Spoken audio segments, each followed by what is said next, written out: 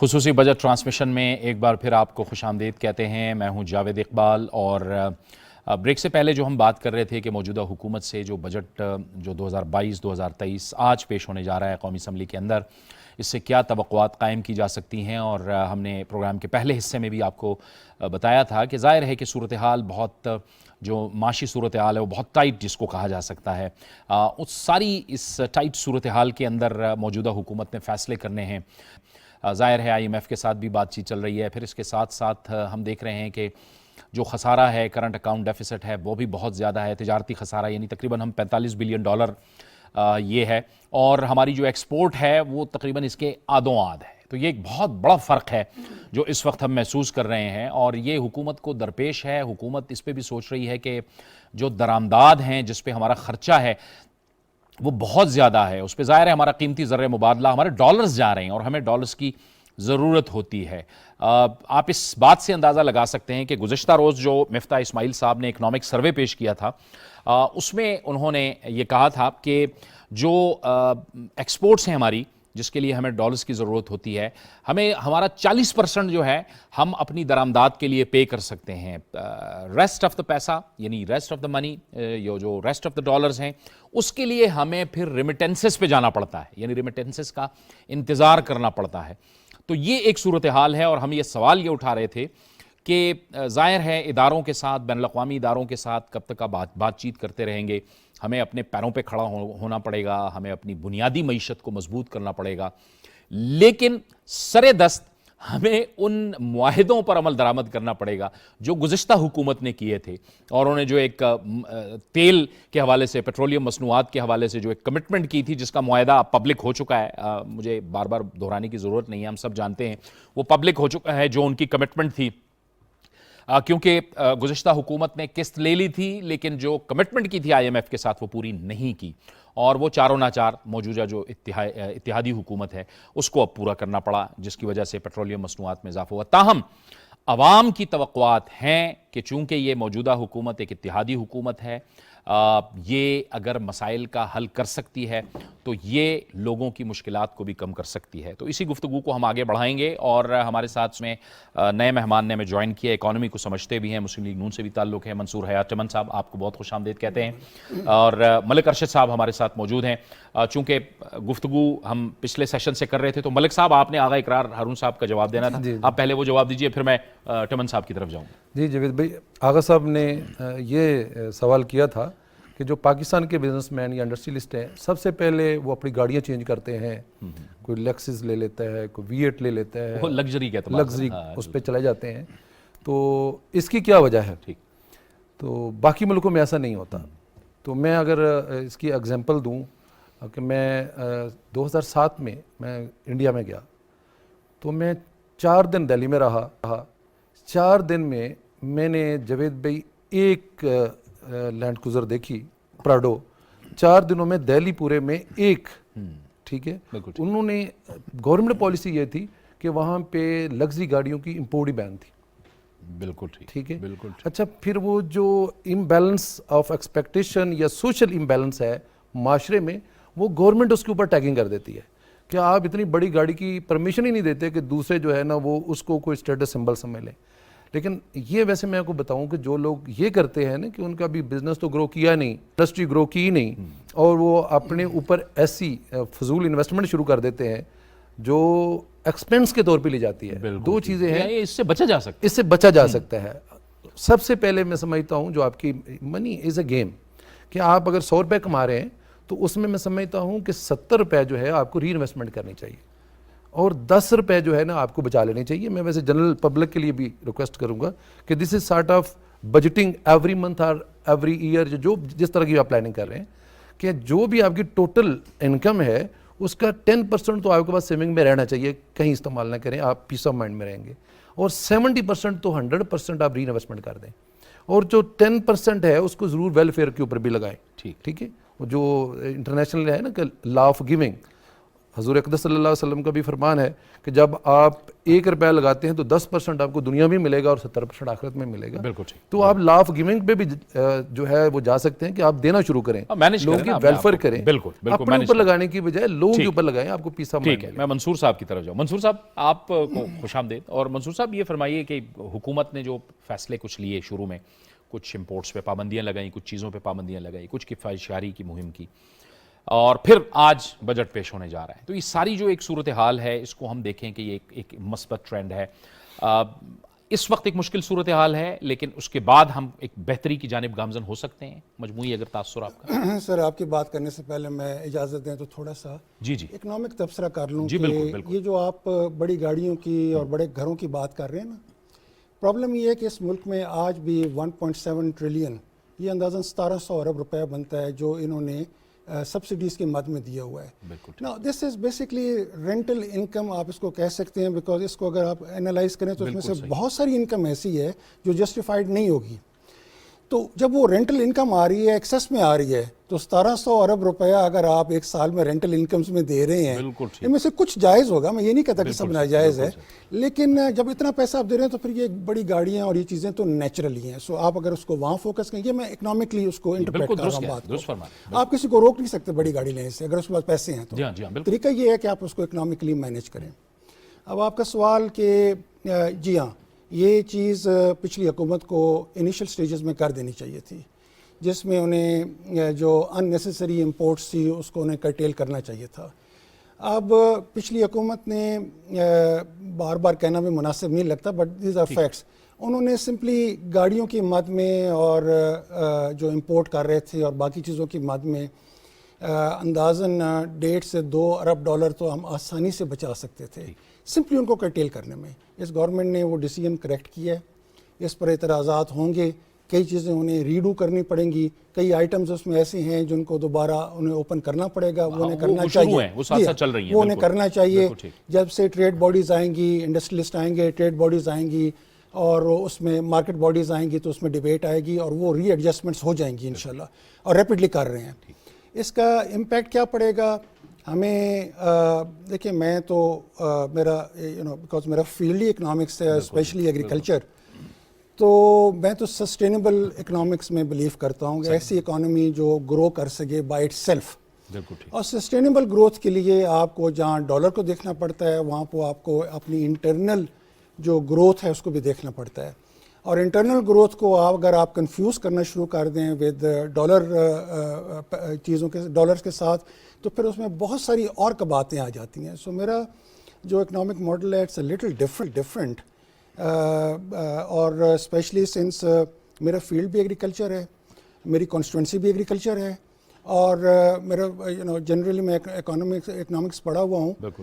تو منصور صاحب, ایگریکلچر کو تو ٹرانسفارم کرنا ہے نا, سر یوں نہیں ہوگی جیسے یہ تقریروں سے اور باتوں سے نہیں ہوگی. عملی طور پر آپ دیکھیں نا, اب پچھلے سال جو پچھلے سال جو انہوں نے پیسہ دیا فارمرز کو لون میں, جولائی سے لے کے اور مارچ تک, جس میں گندم کی فصل ساری آتی ہے اور کپاس کی کاشت آتی ہے اور چاول کی کاشت آتی ہے, اس میں اور اس سال میں جو انہوں نے دیا ہے اس میں کوئی فرق نہیں ہے.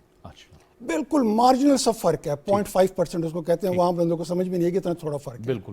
مجھے بتائیں کہ کھاد 3 گنا بڑھ گئی, ڈیزل اور فیول جو ہے وہ اندازاً 3 گنا بڑھ گیا, 2 گنا بڑھ گیا, باقی چیزیں بھی اسی حساب سے بڑھ گئیں, آپ کی مشینری کا ریٹ بڑھ گیا, ہر چیز کا بڑھ گیا.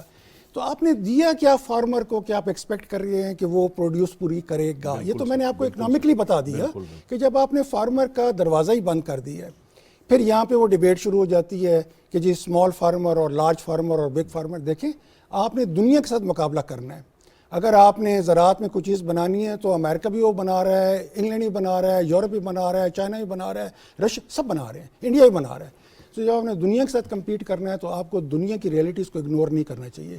امریکہ میں جو مڈل سائز فارم ہے وہ 450 ایکڑ ہے, جس کو وہ اسمال فارم کہتے ہیں وہ 250 ایکڑ ہے. جہاں سے وہ لارج فارمنگ شروع کرتے ہیں وہ 1400 ایکڑ ہے. اس لیول پہ اگر آپ نے ان کے ساتھ کمپیٹ کرنا ہے تو آپ نے اپنی پالیسیز کو بڑا ری ڈیزائن اور ری کیلکولیٹ کرنا پڑے گا. ورنہ آپ اس گیم کے اندر کی اکانومی گرو کر سکے گی ہی نہیں. دیکھیں آپ دیکھیں منصور صاحب کے جو گندم ہم اپنی اگاتے تھے, جو چاول, جو دانے, اب تو ایک زمانہ ہو گیا کہ وہ ہم نہیں اگا پا رہے اور اب ظاہر ہے ہم باہر سے امپورٹ کر رہے ہیں, تو یہ سارا نقصان ہوا. ہم تو گروئنگ کنٹری تھی. میں اس سے بھی آگے جانا چاہوں گا. ایک تو میں نے آپ کو بتا دیا کہ جب آپ فارمر کو کچھ دیں گے ہی نہیں تو وہ کھاد کے پیسے کہاں سے لائے گا, وہ ڈیزل کے پیسے کہاں سے لائے گا, وہ نئے ٹریکٹر کے پیسے کہاں سے لائے گا, وغیرہ وغیرہ. اب اس میں آپ یہ موسمی تبدیلی, یقین مانیں, I am really, as a farmer and as an economist also, I am really worried کہ یہ جو فگر دے رہے ہیں 3 سے 4 ملین ٹنز کا, $3.8 بلین کے نقصان. سر وہ تو علیحدہ بات ہے. یہ جو فگر دے رہے ہیں امپورٹ کرنے کا گندم کا, if you ask me, میں سمجھوں گا کہ it's on the lower side. We will need wheat between 7 and 8 million tons. یہ almost double, more than double. Almost. اس کی وجہ میں آپ کو بتا دیتا ہوں. دیکھیں میں کیونکہ خود گرو کرتا ہوں, اس کی مجھے پتہ ہے کیا ہو رہا ہے. دیکھیں لاسٹ ایئر سے اس سال کھاد 1/3, اگر آپ یہ کہہ لیں کہ پرائسز اوپر گئیں, آپ نے پیسہ لوگوں کو دیا نہیں تو 1/3 ہی ہوگا نا. لاسٹ ایئر سے اس سال 1/3 کا اپنا کھاد استعمال ہوئی ہے. لاسٹ ایئر سے اس سال 2.1% رقبہ کم گندم میں آیا ہے, کاشت ہوا ہے, کیونکہ وہ پرائس انہوں نے وقت پہ بڑھائی نہیں تھی. لاسٹ ایئر سے اس وقت کلائمیٹ چینج جو ہے وہ فنومینل ہے. یہ 100 سالہ تاریخ کے اندر تبدیلی آئی ہے. ہندوستان نے اپنی اسیسمنٹ جو ہے اس کی ویٹ ڈیفیشنسی کی, وہ انہوں نے اب 12 سے 18% کر دی ہے. انیشلی تو انہوں نے کہا تھا ہم ایکسپورٹ کریں گے, ایز دے ریئلائزڈ اب انہوں نے 12 سے 18% کا. اگر یہ ان کے اوپر ہو سکتا ہے تو ہمارے پر کیوں نہیں ہوگا؟ اور ہمارے تو حالات اس سے بہت خراب ہیں, کیونکہ یہاں پہ کھاد نہیں تھی, پانی نہیں تھا, مشینری نہیں تھی, اور بہت ساری چیزوں کا پرابلم تھا. سو دیر از ایبسولوٹلی نو ریزن کہ ہم یہ ازیوم کریں. اور پھر پچھلے سال بھی انہوں نے جو فگرز دیے تھے, آئی ریکال لاسٹ ایئر انہوں نے فگرز دیے تھے 26.3 ملین ٹنز کے. تو عام جو ہم جو زمیندار تھے, اکانومسٹ زمیندار تھے, ہماری اسیسمنٹ تھی کہ یہ 5.5 ملین ٹنز کے 25.5 ملین ٹنز کے نزدیک ہے. یہ 26.4 ملین ٹنز کے نزدیک نہیں ہے. تو میں اس کو بھی اپنے ذہن میں رکھتا ہوں.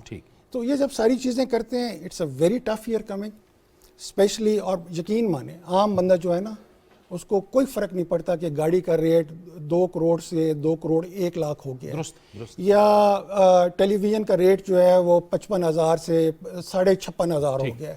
اس کو جو فرق پڑتا ہے وہ عام چیزوں سے پڑتا ہے, اور وہ ساری چیزیں ایگریکلچر کی مد میں آتی ہیں. اس کو دال سے, چینی سے, روٹی سے, آٹے سے, ان چیزوں سے بنیادی فرق پڑ رہا ہے. اور یہ سارا ایگریکلچر ہے.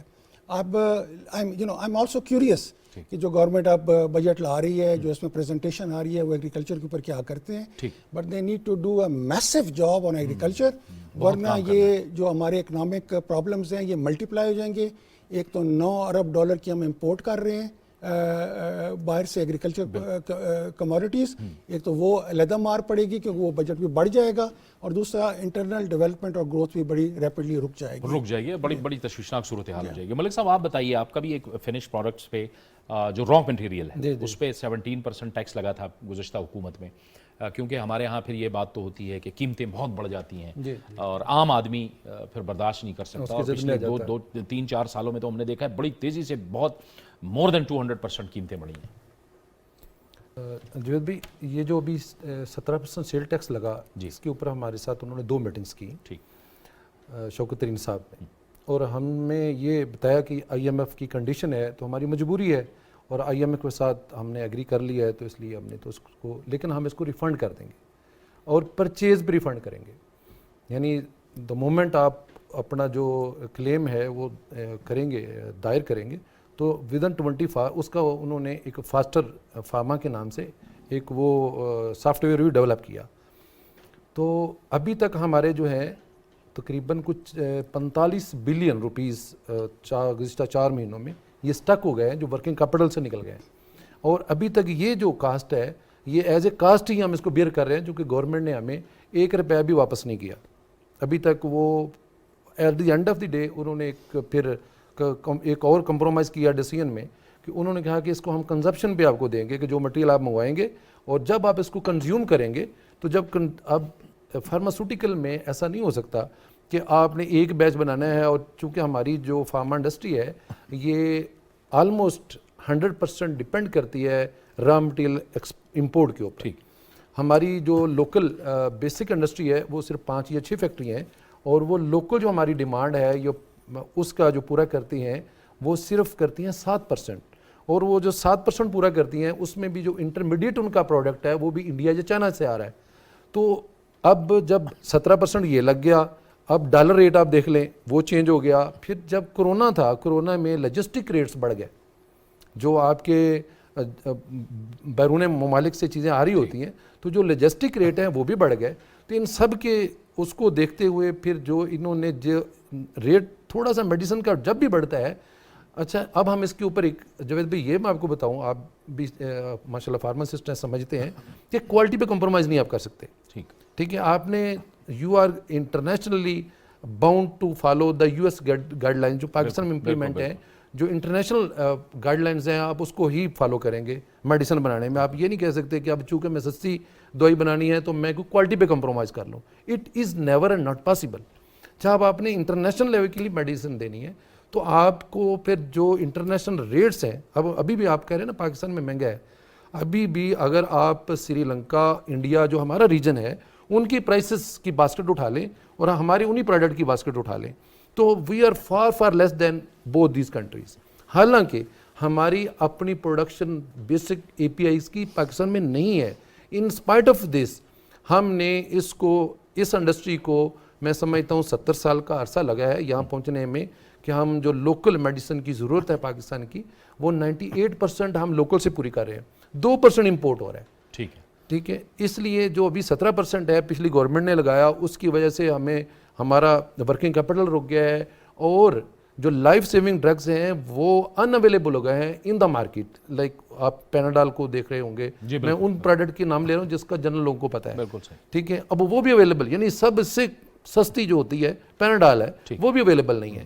تو جو بہت ساری دوسری میڈیسن ہیں وہ بالکل آؤٹ آف کاسٹ ہو گئی, ان کو بنایا نہیں جا سکتا. اور میں آج کی اس گفتگو کے توسط سے جو کنسرنڈ اتھارٹیز ہیں ان کو ریکویسٹ کروں گا کہ اگر اس کو ٹائم پہ اس سیل ٹیکس کے اس کے ریفنڈ کو, یا اس کو میں نے ابھی سنا ہے کہ بجٹ میں اس کو کم کر رہے ہیں, تو اگر چونکہ یہ گورنمنٹ بڑا ریئلائز کر کے رسپانسبلٹی کے ساتھ ڈیسیجن لے رہی ہے تو میرے خیال میں انہوں نے کم کر دیا ہے اور اس کو پرچیز پہ کر دیا ہے. ٹھیک ہے, چلیں ایکسپورٹ کی طرف بھی ہم آئیں گے, لیکن اس سے پہلے ہمیں ٹیلی فون لائن پہ ڈاکٹر وقار احمد ہم نے جوائن کیے ہے جو ماہر معاشیات ہیں ایس ڈی پی آئی سے. ڈاکٹر صاحب آپ کو خوش آمدید کہتے ہیں. ڈاکٹر صاحب آپ کا کیا ایک مجموعی تاثر ہے 2022-23 کے بجٹ کے حوالے سے؟ گزشتہ روز آپ نے اکنامک سروے پہ تو آپ کی نظر ہی ہوگی کہ کیا ہماری صورتحال ہو سکتی ہے, کیا توقعات ہمیں رکھنی چاہیے؟ جی تھینک یو سر. میرا خیال ہے سب پہلی جو چیز ہے وہ تو یہی ہے کہ اس وقت آپ کو غریب طبقے کے لیے جو انفلیشنری پریشر ہے وہ کسی طریقے سے میٹیگیٹ کرنا ہے, ریڈیوس کرنا ہے. اس کے لیے ظاہر ہے ایک تو گلوبل انفلیشن ہے, لیکن جو بھی حکومت کے اپنے وسائل ہیں ان میں رہتے ہوئے سوشل پروٹیکشن کی جو پروویژن ہوگی, بے نظیر انکم سپورٹ پروگرام کے تحت جو پروسیڈز ہوں گی, اسی طریقے سے جہاں ٹارگیٹڈ سبسڈی کموڈیٹیز میں دی جا سکتی ہے وہ چیز بجٹ میں فیچر کرے گی. دوسرا میرا خیال ہے جس طریقے سے آپ کی ابھی اسٹیمز پینلسٹ سے بات کی ہو رہی تھی کہ جہاں کاسٹ آف ڈوئنگ بزنس جو ہے وہ کم کی جا سکتی ہے, میرا خیال ہے کہ گورنمنٹ جو ہے انہوں نے آئی ایم ایف کے ساتھ بھی بڑی سخت نیگوسیشنز میں اس وقت پارٹیسپیٹ کیا ہے, اور کہیں نہ کہیں سے پیس میرا خیال ہے کہ وہ ڈھونڈنے کی کوشش کر رہے ہیں کہ وہ اشیاء جو کہ خاص طور پہ آپ کے کنزیومر طبقے کو افیکٹ کرتی ہیں کم از کم وہاں پہ کوئی نہ کوئی ٹارگیٹڈ سبسڈی جو poorest of the poorest segment ہے اس کو دی جا سکتی. تیسرا میرا خیال ہے کہ اس وقت جو فوکس ہوگا وہ یہ ہوگا کہ جو آپ کی شرح نمو ہے, جو گروتھ اکنامک گروتھ ہے, اس کو اب سسٹین کس طرح رکھنا ہے. اگر آپ امپورٹس کی نہیں بڑھا سکتے اور امپورٹس کا زیادہ حجم جو ہے وہ آپ افورڈ نہیں کر سکتے تو کس طریقے سے اپنی انڈیجنس ریسورسز کے ساتھ زیادہ ایفیشنسی لانی ہے پروڈکشن سسٹم میں کہ یہ 6% کا گروتھ ریٹ جو ہے وہ آگے چل سکے. اچھا ٹھیک ہے ڈاکٹر صاحب, اور یہ جو کلیکشن ہے اس میں تو اکنامی میں بھی کہا گیا کہ ہماری بہتر ہوئی, لیکن اور بھی گنجائش ہے. اس وجہ سے حکومت نے اس کو تقریباً اب جو انہوں نے ایک ٹارگٹ رکھ دیا ہے 7 ٹریلین کا. آپ کو لگتا ہے کہ جس طرح سے یہ جو ٹیکس کلیکشن, ٹیکس بیس اور پھر جو ایک اہداف تھے جو اچھے حاصل ہوئے, یہ جو ایک ٹارگٹ رکھا گیا ہے، اگر اچھی گورننس کی جائے، بہتر ایف بی آر پرفارم کرے جیسا کہ پرفارم کر رہا ہے، تو اس سے بھی بہتری آ سکتی ہے؟ جی بالکل آپ نے صحیح کہا، اور ایف بی آر کے اندر جو اس وقت اصلاحات ہو رہی ہیں، میرا خیال ہے اس کو کنٹینیو رکھنے کی ضرورت ہے۔ ایف بی آر کو کافی فائدہ ہوا ہے، جو امپورٹ کی ویلیو جو اوپر گئی، اور ظاہر ہے اس کے اوپر جو آپ کو ٹیرف اور کسٹمز پروسیڈز ملی ہیں، اس کی وجہ سے ایف بی آر کو ٹارگٹ اچیو کرنے کے اندر جو ہے وہ آسانی ہوئی ہے۔ لیکن اب ہم نے یہ دیکھنا ہے کہ اب جو ہم نے امپورٹس کے اوپر قرض لگائی ہیں، ان کی موجودگی میں ایف بی آر جو ہے اس کی ریونیو کلیکشن جو ہے ہائر سائڈ پر تبھی رہ سکتی ہے جب یہ اپنے ایڈمنسٹریٹو ریفارمز لے کر آئے۔ دوسرا، اس وقت ان کے پاس اپرچونٹی ہے کہ آئی ایم ایف کی بھی اسٹاف رپورٹ نے آئیڈینٹیفائی کیا کہ جو ٹیکس گیپ ہے، ٹیکس ایگزیمپشن ہیں اور ٹیکس ایویژن ہے، اس کی جو کل مالیت جو اس وقت لاسٹ ریونیو ہے وہ تقریباً 2 ٹریلین سے اوپر کا ہے۔ تو اگر ایویژن کے اندر یہ تھوڑی کمی لے آئیں یا ٹیکس گیپ یا ایگزیمپشن کے اندر تھوڑی سی کمی لے آئیں تو وہاں بھی یہ انکریز کر سکتے ہیں اپنے جو ریونیو ہے۔ تیسرا یہ کہ آپ کی صوبائی ریونیو اتھارٹیز جو ہیں اب ان کو بھی کنٹریبیوٹ کرنا ہوگا۔ 18ویں ترمیم کے بعد آپ کی صوبائی ریونیو اتھارٹیز کے اوپر بھی ذمہ داری ہے اور ان کو بھی اپنی ریونیو کلیکشن جو ہیں وہ اس سال انکریز کرنی پڑے۔ بہت شکریہ ڈاکٹر صاحب، آپ نے بہت اہم بات کو 18ویں آئینی ترمیم ہے، اس کے بعد جو صوبائی حکومتیں ہیں ان کو بھی اپنی ریونیو اتھارٹیز کو بہتر کرنا ہوگا۔ اس پہ ہمارا زیادہ فوکس نہیں ہے، ہم سارا بوجھ ایف بی آر پہ لاد دیتے ہیں۔ منصور صاحب، یہ جو ڈاکٹر صاحب بھی بات کر رہے تھے کہ کچھ ٹیکس ایویژن، اور وہ آئی ایم ایف بھی کہتا ہے، اور یہ میرے خیال میں ہمیں بھی کچھ کرنا ہوگا، ٹیکس ایگزیمپشن، یعنی وہی بات جو جس کی طرف آپ نے اشارہ کیا تھا کہ کچھ سبسڈیز جن کو آپ نے رینٹل سبسڈیز کہا تھا، اور بڑی درست بات کی ہے کہ بہت سی جگہوں پہ وہ ٹھیک ہوگی لیکن بہت سی جگہوں پہ وہ ان نیچرل بھی ہے۔ یہ ساری چیزوں کو ہمیں فوکس کرنا ہوگا کہ جو ٹارگیٹڈ ہے اس کو ہی، جس طرح حکومت نے 2000 روپے کا اعلان کیا اور اس کے لیے ایک معیار مقرر کر دیا۔ سر میں اسے دیکھیں، آئی پرسنلی بلیو کہ یہ لوگوں کی سمجھ میں نہیں آ رہا کہ ہو کیا رہا ہے۔ I will explain to you to the best of my knowledge and wisdom. انہوں نے پچھلے سال بجٹ کو جی ڈی پی کو ری بیس کر دیا۔ ٹھیک ہے، جب انہوں نے ری بیس کیا اور تو اس کے اندر اب عام بندے کو تو سمجھ میں آئے گی کہ ری بیسنگ ہوتی کیا ہے۔ بالکل، جب انہوں نے اس کو ری بیس کیا تو انہوں نے اکنامک گروتھ جو تھی، جی ڈی پی گروتھ جو تھی، وہ 1.5% اوپر لے گئے۔ بالکل ٹھیک۔ اچھا، اس کا نتیجہ یہ ہوا کہ انہوں نے اپنے بجٹ میں کہا تھا پچھلے سال کہ ہماری گروتھ 4.7% ہوگی۔ جی، آپ کہتے ہیں جی کہ وہ 5.9% ہے۔ تو جب آپ اس بیس پہ جائیں گے، اس کو 1.5 سے مائنس کریں گے تو وہ 4.4 بن جائے گی، وہ 4.7 نہیں رہے گی۔ تو یہ بات لوگوں تک پہنچا نہیں رہے۔ اب اس سے میں آگے چلتا ہوں۔ اس ری بیسنگ کی وجہ سے انہوں نے، اور سب سے بڑا ٹیکنیکل جو پرابلم تھا کہ انہوں نے ری بیسنگ کرائی پاکستان بیورو آف اسٹیٹسٹکس سے، وہ ایک افسر صاحب کو انہوں نے استعفیٰ بھی دے دیا۔ پوائنٹ یہ کہ اس سے پہلے اور تمام دنیا میں جو ری بیسنگ ہوتی ہے وہ گورنمنٹ کے ماتحت ادارے نہیں کرتے، وہ پرائیویٹ انٹیٹیز کرتی ہیں۔ پاکستان میں بھی اس سے پہلے جتنی دفعہ ری بیسنگ ہوئی ہے وہ پرائیویٹ انٹیٹیز نے کی ہے، اس کو پھر مانیٹر کیا گیا اور اس کے اوپر تبصرہ کیا اور اس کو ڈیبیٹ کیا، تب اس کو انکارپوریٹ کیا۔ یہاں پہ ایک گورنمنٹ ادارے نے، جس کا بندہ انہوں نے خود پی ٹی آئی والوں نے لگایا تھا، اس نے اس کو ری بیس کیا، اس کی اسٹیٹسٹکس دی اور ان کے اوپر اس نے سارے فگرز دے دیے۔ اور اب اس کے پرابلمس دیکھیں۔ ایک تو میں بلیو کرتا ہوں کہ یہ ساری ری بیسنگ جو ہے یہ غلط ہے اور ہمیں اس گورنمنٹ کو اس کو چیلنج کرنا چاہیے تھا۔ دوسری بات یہ ہے کہ جو آئی ایم ایف کے پاس اسٹیٹسٹکس پہنچ رہی ہیں اس میں یہ ہے کہ 6% گروتھ ہوئی تھی اس سال، پچھلے سال اتنے % گروتھ ہوئی تھی، اس سے پچھلے سال اتنے % گروتھ ہوئی تھی۔ نیچرلی انہوں نے کہنا ہے کہ آپ ٹیکس کلیکشن یہ کریں، آپ فلانی چیز کو یہ کریں، آپ فلانی چیز کو یہ کریں، آپ کی تو اکانومی یہ ہے، یہ نہیں ہے۔ قطع کلامی کی معذرت۔ اس وقت ترجمان دفتر خارجہ عاصم افتخار پریس بریفنگ دے رہے ہیں، آئیے آپ کو وہ دکھاتے ہیں۔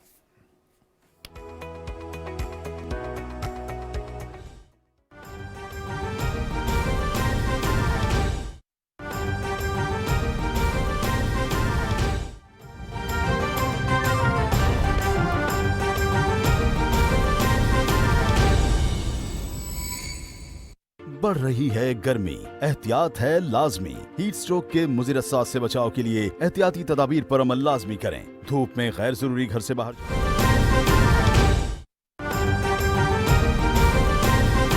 Strong condemnation of the highly derogatory remarks by two senior officials of India's ruling BJP party that were disrespectful towards our beloved Holy Prophet Muhammad, peace be upon him, and that have hurt the sentiments of Muslims all over the world.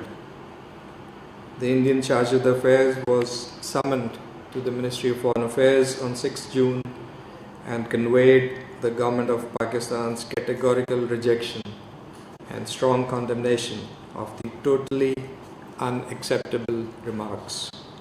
Prime Minister Shehbaz Sharif and Foreign Minister Bilawal Bhutto Zardari also condemned the dangerous and hurtful comments emanating from these irresponsible leaders of India's ruling party. Foreign Secretary Sohail Mahmood individually met the envoys of P5 countries and also held a meeting with the OIC ambassadors in Islamabad to apprise them of the matter and to register Pakistan's strong concern at the sharp increase in Islamophobia and targeting of Muslims in India. Pakistan has underscored that BJP's perfunctory and token disciplinary action against those individuals was not sufficient to assuage the pain and anguish they have caused to Muslims worldwide, nor would any attempt to whitewash the rising Hindutva nationalism in mainstream society by calling the BJP spokesperson a fringe element be of any avail. If India has any moral courage or democratic ethos, the BJP top leadership and the Indian government must clearly condemn the actions of the responsible BJP officials and hold them to account through decisive and demonstrable action. That may be a big ask in today's saffronized India, but this is the least that is being expected of them. This is important because it is not about an isolated incident. There are continuing concerns, serious concerns, about the alarming rise in Islamophobia and communal violence and hatred directed against Muslims and other minorities in India who are being systematically stigmatized, marginalized, and subjected to a well-orchestrated onslaught from radical Hindu mobs with full connivance and support of the security apparatus across various states in India. Regrettably, the Indian state machinery has remained aloof to the desperate calls for assistance by the local Muslim and minority communities across the country, including Sikhs, Christians, and Dalits.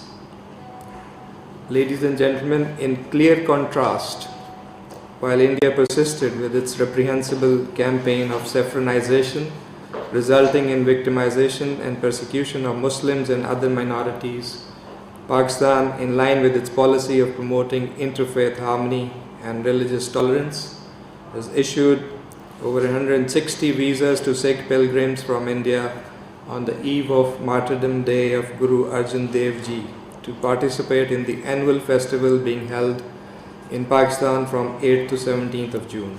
During the visit, the pilgrims would inter alia go to the Panja Sahib, Nankana Sahib, and Kartarpur Sahib. We welcome the Yatris and wish them a spiritually fulfilling and enjoyable stay in Pakistan. Ladies and gentlemen, coming over to the first visit to Pakistan earlier during the week by German Foreign Minister Annalena Baerbock on the invitation of Foreign Minister Bilawal Bhutto Zardari. During the delegation level talks, the two sides had an extensive exchange of views on various aspects of bilateral relations, with a special focus on enhancing cooperation in the fields of trade and investment, climate change, and renewable energy. In the regional context, Foreign Minister Bilawal Bhutto Zardari stressed the need for the international community to come together to address the dire humanitarian situation in Afghanistan. On Ukraine, the Foreign Minister reiterated Pakistan's principled position for immediate cessation of hostilities and for a solution to the conflict through dialogue and diplomacy. The Foreign Minister also drew attention to the serious human rights violations in IIOJK, the rising tide of Islamophobia across India, and risks posed by these developments to regional peace and security. Unfortunately, Foreign Minister Baerbock had to cut her trip short after testing positive for COVID. We wish her good health and look forward to continuing strong collaboration and future high-level interactions between the two countries. On 8th June, the Ambassador of Iran called on Prime Minister Shehbaz Sharif. The Prime Minister thanked Iran for its timely assistance in controlling forest fire in Balochistan. The Ambassador of Iran reiterated felicitations from the Iranian leadership to the Prime Minister on assumption of office and reaffirmed commitment to enhance bilateral cooperation in all areas of mutual interest. Ladies and gentlemen, on the public diplomacy front, yesterday, Pakistan and Azerbaijan celebrated 30th anniversary of the establishment of diplomatic relations with a joint photo exhibition at the Ministry of Foreign Affairs showcasing our strong bilateral relations rooted in shared faith and value systems, also manifest in frequent high-level exchanges between the two countries. On 5th June, Pakistan joined the international community in celebrating the World Environment Day, and on 8th June we commemorated the World Oceans Day, appreciating national efforts to counter marine pollution and promote sustainable use of ocean resources. Coming over to the situation in the Indian illegally occupied Jammu and Kashmir. In the continuing senseless spate of extrajudicial killings by Indian occupation forces, 5 more innocent Kashmiri youth, including a student, have been martyred in Baramulla, Kupwara and Shopian areas in the past week. During the same period, dozens of Kashmiri youth have been arrested and summoned in army camps and police stations in fake cordon search operations, defying all international norms that guarantee civil, political and human rights and the remedies available to people in case of violations. India is continuing to expose its naked agenda that seeks to marginalize its minorities by physically exterminating them, psychologically undermining their spirit and obliterating their identity, all while attempting to obfuscate the ugly communal facade that lurks under the umbrella of its so-called secular and democratic credentials. Ladies and gentlemen, India can fool no one but itself. Its actions stand totally exposed. Therefore, it would be well advised to halt forthwith the gross and systematic persecution of Kashmiris in the Indian illegally occupied Jammu and Kashmir, cease the use of state terrorism as a policy tool, and let the people of IIOJK determine their own future through a free and impartial plebiscite under the UN auspices as enshrined in the relevant UN Security Council resolutions.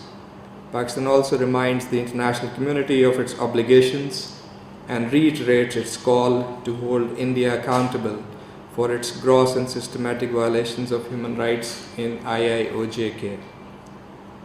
Before I conclude, let me also update you on Ukraine.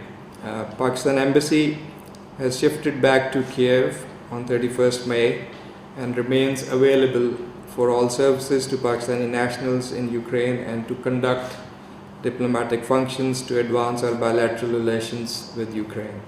You would recall that due to the ongoing conflict in Ukraine, the embassy had to move to Ternopil, from where it facilitated evacuation of over 1,500 Pakistani nationals, including students. I am ready to take your questions. Yes, madam. Thank you, sir.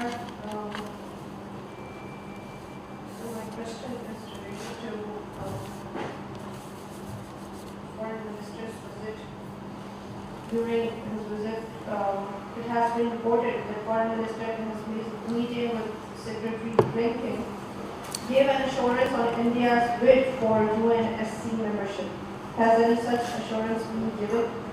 And sir, my second question also, please, about the Pakistani citizen who has been indicted in Saudi Arabia with 3 years imprisonment and 10,000 Saudi riyal. Would you like to confirm about this? Thank you so much. Thank you. On your first question, I understand you are referring to some rumors and speculative reporting about Pakistan's position on Indian bid for permanent membership of the UN Security Council. Now, let me tell you that this is totally baseless and absolute fiction. We categorically reject any such statement that is being wrongly attributed to the Foreign Minister. Let me also state that no discussion on this issue took place during the Foreign Minister's meeting with Secretary Blinken in New York. On this issue, Pakistan's position on the reform of the UN Security Council is clear, consistent, and unambiguous. Together with its other partners in the Uniting for Consensus group, Pakistan is opposed in principle to any expansion in the permanent membership of the Security Council. There is no change whatsoever in that policy.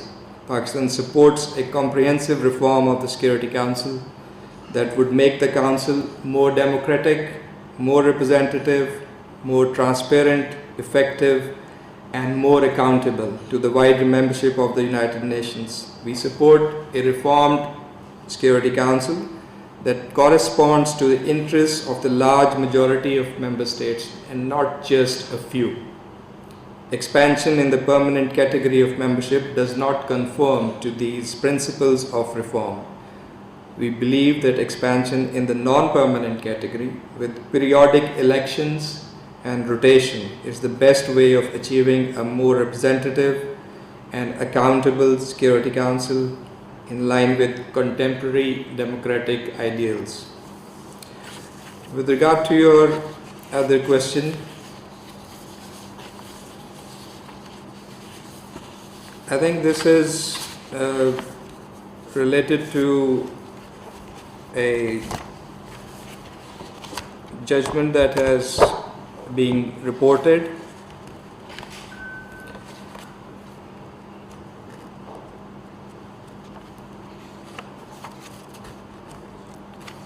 And we have been informed by our mission in Saudi Arabia.